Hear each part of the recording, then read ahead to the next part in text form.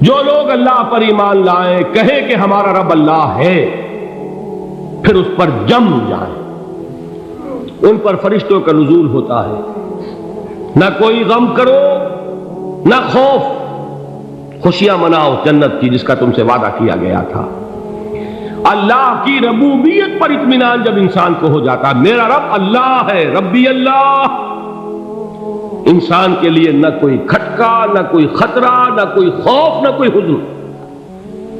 جو کچھ ہو رہا ہے کس کے اذن سے ہو رہا ہے؟ اللہ کے اذن سے۔ اللہ کے اذن کے بغیر پتہ تک نہیں ہلتا۔ یہ کوئی اندھا بہرا مادہ نہیں ہے جس سے مجھے کوئی خوف ہو۔ اندھا بھینسا چلا آ رہا ہو اس سے تو ڈرنے کا ہر انسان کو ڈرنا چاہیے، نہ معلوم کس کو ٹکر مار دے۔ لیکن نہیں، اس کائنات کو چلانے والا ایک سمیع و بصیر خدا ہے۔ وہ جو میرا دوست ہے، میرا ولی ہے۔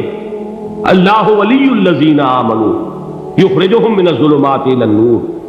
اللہ اہل ایمان کا ولی ہے، ساتھی ہے، پشت پناہ ہے، مددگار ہے، حمایتی ہے۔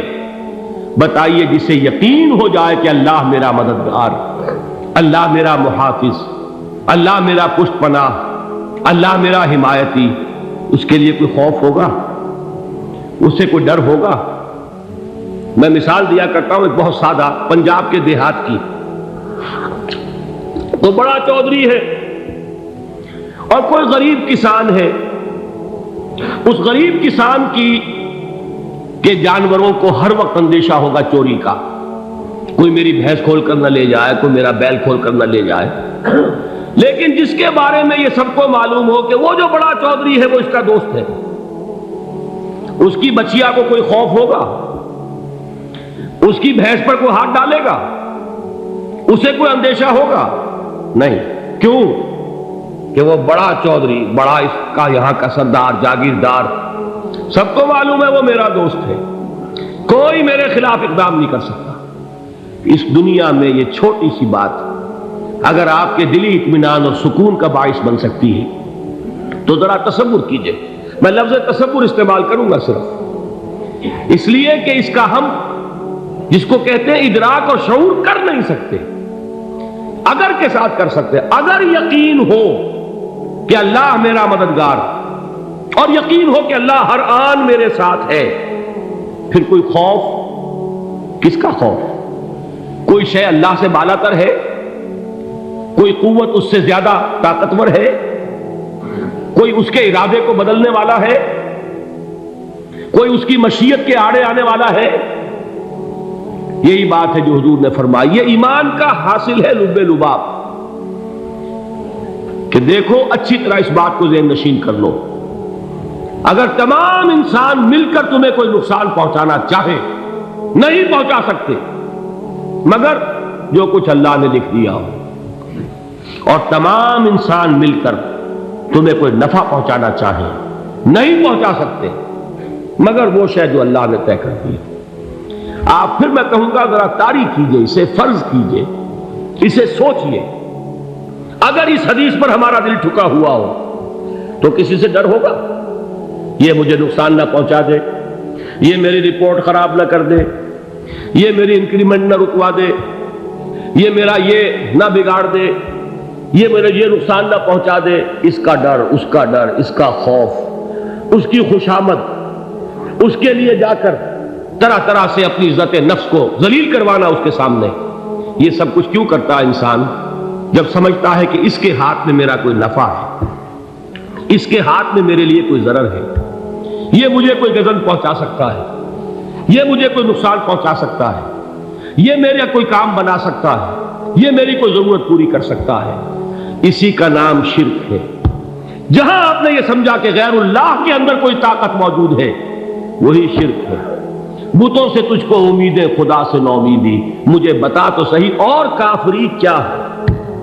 شرک تو یہ ہے۔ جس پر بھی تمہیں یہ خیال ہے، کلمہ ہے یہ کلمہ سوم، لا حول ولا قوت الا باللہ، ذرا اس پر دل کو کبھی اگر آپ تصور کریں، پھر فرض کریں، دل ٹھک جائے اس پر، کوئی طاقت نہیں۔ یہی بات تھی جو شیخ عبد القادر جیلانی رحمۃ اللہ علیہ نے اپنی وصیت میں اپنے بچے سے کہی. 11ویں دینے والے ہیں، لیکن حضرت شیخ عبد القادر جیلانی کی وصیت اور تعلیمات کو کتنے لوگ ہیں جانتے ہو؟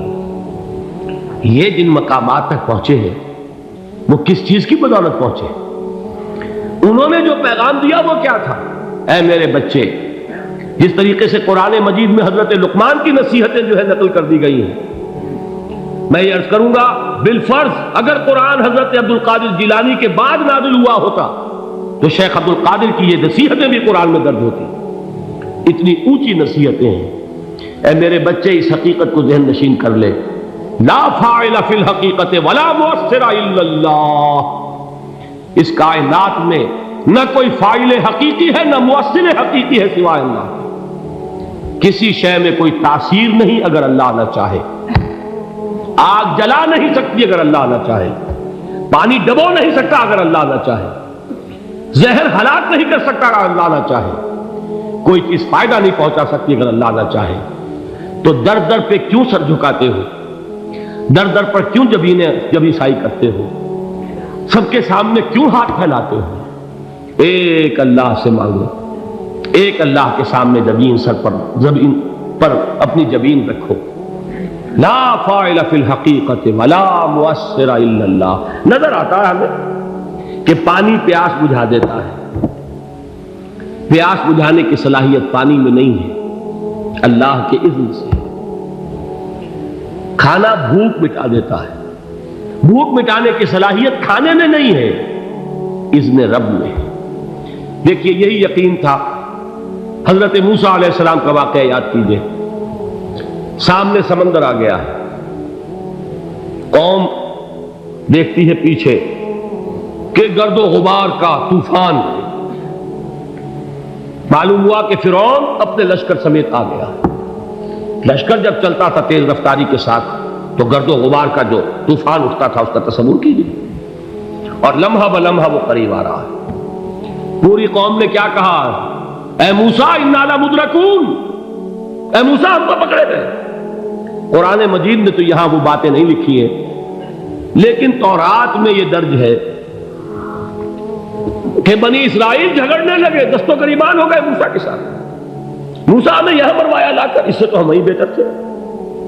وہاں کھانے کو ملتا تھا، زندگی تو تھی، بیگار ہم کر رہے تھے، موت تو نہیں تھی. اب جو کچھ ہوگا اس کا تصور کرو، جس طریقے سے ہمارے ٹکڑے اڑائے جائیں گے. تو لڑ رہے ہیں حضرت موسیٰ علیہ السلام سے. یہ تورات کی تفصیل ہے. قرآن میں صرف اتنا آیا ہے، پریشان ہو کر انہوں نے کہا انا لمدرکون. موسیٰ ہم کو پکڑے گئے. اس وقت موسیٰ کا جواب کیا ہے؟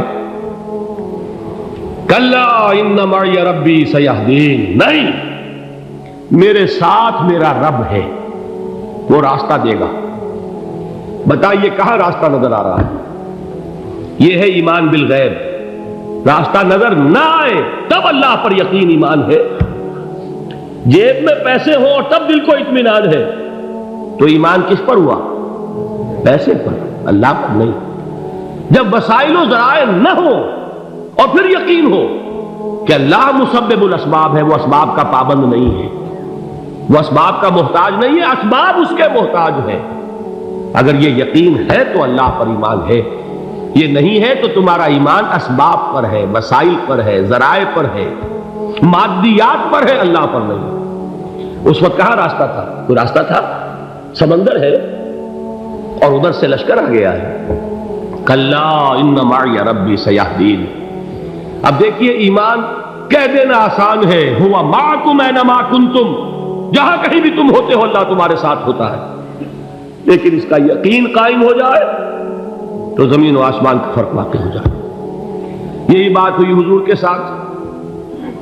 غار ہے، چھپے ہوئے ہیں محمد رسول اللہ اور آپ کے وہ یار غار ابو بکر صدیق رضی اللہ تعالی عنہ. اقبال نے حضرت ابو بکر کی شان میں چند اشعار کہیں صرف، لیکن واقعہ یہ ہے کہ بھاری بھاری نظموں پر اور قصیدوں پر بھاری ہے. طویل ترین نظمیں اور قصیدے ہوں ان پر بھاری ہے. ہمتیں ابو بکر کی ہمت جو ہے کشت ملت را جو ابر، جیسے بارش سے کھیتی اپجتی ہے، ابو بکر کی ہمت اور عزیمت اس امت کو اسی طرح سینچنے والی ہے۔ ثانیے اسلام و غار و بدر و قبر، وہ دوسرے تھے اسلام میں، دوسرے پہلے کون تھے؟ انا اول المومنین، حضور فرماتے سب سے پہلا ایمان لانے والا میں، دوسرے ابو بکر۔ ویسے ہمارے ہاں یہ چلتا ہے اختلاف، حضرت علی پہلے ہیں کہ حضرت ابو بکر پہلے ہیں، لیکن اس میں بڑی خوبصورت تطبیق قائم کی ہے علماء نے، اور بہت صحیح ہے۔ چار کے بارے میں فیصلہ ہی مت کرو کہ کون پہلے، ان کی ایک عجیب تقسیم کر دی ہے۔ آزاد مردوں میں، بالغ مردوں میں سب سے پہلے ابو بکر، بچوں میں سب سے پہلے علی، خواتین میں سب سے پہلے خدیجہ، اور غلاموں میں سب سے پہلے زید بن حارثہ۔ بڑی پیاری تقسیم ہے، یہ چاروں ہی پہلے ہیں، ہر ایک کے لیے اولیت ہے۔ اور واقعہ یہ ہے کہ اگر زمانی اعتبار سے تعین ہوگا تو پہلے خدیجۃ الکبریٰ آئیں گی رضی اللہ تعالی عنہ، کسی اور سے بات کرنے کی نوبت بعد میں آ سکتی ہے، پہلے تو اہلیہ محترمہ سے بات ہوئی، آتے ہی پہلی وحی ہوئی ہے، ابھی تبلیغ کا حکم نہیں تھا۔ کس کو بتایا واقعہ؟ ابھی اپنی نبوت کی تبلیغ کا تو حکم ہی نہیں آیا، واقعہ کس کا ہے؟ وہ خدیجہ کا ہے۔ جب کہا ہے کہ خشیت علی نفسی، مجھے اپنی جان کا اندیشہ ہے، تو کیا جواب دیا خدیجہ نے رضی اللہ تعالی عنہا؟ وہ صدیقۃ الکبریٰ ہے، صدیقات جو ہے خواتین ان میں چوٹی پر خدیجۃ الکبریٰ ہے رضی اللہ تعالی عنہا، اور صدیق جو مرد ہیں ان میں صدیق اکبر ہے ابو بکر صدیق رضی اللہ تعالی عنہ، لیکن صدیقات میں چوٹی پر۔ جب حضور نے فرمایا خشیت علی نفسی، کیا فرمایا، کیا عرض کیا، کیسے تسلی دی؟ نہیں نہیں، اللہ آپ کو ضائع نہیں کرے گا، آپ غریبوں کے ہمدرد ہیں، آپ مساکین کے تکالیف رفع کرنے والے ہیں، آپ بیواؤں کی سرپرستی کرتے ہیں، آپ مسافروں کی خدمت کرتے ہیں، اللہ آپ کو ضائع نہیں کرے گا۔ یہ یقین ہے اس خاتون کے اندر۔ خیر وہ ایک علیحدہ بات ہو جائے گی۔ میرے دل پر حضرت خدیجہ رضی اللہ تعالیٰ عنہ کی شخصیت کا بڑا گہرا نقش ہے، جو وہ کوئی اور ہی وقت اور موقع ہوا تو بیان ہوگا۔ بہرحال اقبال نے ایک مصرے میں جو چار اولیتیں جمع کر دی ہیں، ہمت او کشت امت را چو ابر، ثانی اسلام و غار و بدر و قبر۔ اسلام میں حضور کے بعد پہلے کون؟ ابو بکر۔ غار میں حضور کے ساتھ کون؟ ابو بکر۔ بدر کی رات اللہ کا رسول سر سجود، وہ جھاڑ، وہ گھاس پھوس کی جو جھوپڑی بنائی گئی تھی، اور وہاں تلوار ننگی لے کر پہرا دینے والا کون؟ ابو بکر۔ اور اس حجرہ عائشہ میں محمد کے بعد سب سے پہلے دفن ہونے والا کون؟ ابو بکر رضی اللہ تعالی عنہ صلی اللہ علیہ وسلم۔ وہ جو معاملہ میں سنا رہا تھا غار ثور کا، حضرت ابو بکر بھی حضور کے خیال سے لرز گئے ہیں۔ آپ کو یاد ہوگا کہ جا کر پہلے تمام جتنے سوراخ تھے انہیں بند کیا ہے، ایک سوراخ رہ گیا تھا جس کو بند کرنے کے لیے کوئی کپڑا نہیں تھا، وہاں اپنی ایڑی رکھی ہے، تب کہا ہے حضور سے تشریف لائیے، اور اپنے زانو پر حضور کو لٹایا ہے، اور وہاں کسی موذی جانور نے کاٹا ہے، حضور کی آنکھ لگ گئی تھی، اس وقت اس بل کے اندر جو بھی بچھو ہے کیا ہے واللہ عالم، اس نے کاٹا ہے، اس کی تکلیف کی وجہ سے ابو بکر کی آنکھوں سے آنسو ٹپک گئے، حضور کے چہرے مبارک پر پڑے ہیں، تو حضور جاگے ہیں، معاملہ کیا ہے؟ ایڑی نہیں ہٹائی وہاں سے، مبادا وہ جانور وہاں سے نکل کر محمد الرسول اللہ کو کوئی گزن پہنچا دے، ابو بکر کی ایڑی ہے، جس طرح چاہے کھا لے، ختم کر دے، جان نکل جائے تب کوئی آنچ آئے، محمد پر تو آئے، لیکن جیتے جی نہیں۔ وہ ہے ابو بکر۔ حضور کے خیال سے اس وقت حضور نے پھر اپنا لعاب دہن لگایا ہے، اور اس سے پھر آپ کی تکلیف ختم ہوئی۔ جیسے خیبر میں حضرت علی کی آنکھ دکھ رہی تھی، اس کو جو شفا حاصل ہوئی ہے وہ بھی حضور کے لعاب دہن سے ہوئی۔ تو بہرحال اس وقت انہوں نے کہا ہے کہ اے نبی یا رسول اللہ، اگر اس وقت ان میں سے کسی نے غیر ارادی طور پر بھی اپنے قدموں کی طرف جھانک لیا تو پکڑے جائیں گے۔ کیا جواب تھا اللہ کے رسول کا؟ لا تحزن ان اللہ معنا، اللہ ہمارے ساتھ ہے، کیوں گھبراتے ہو ابو بکر؟ یہ ہے ایمان باللہ، میرا مالک اللہ، میرا رازق اللہ، میرا محافظ اللہ، میرا مددگار اللہ، میرا پشت پناہ اللہ، میرا دوست اللہ۔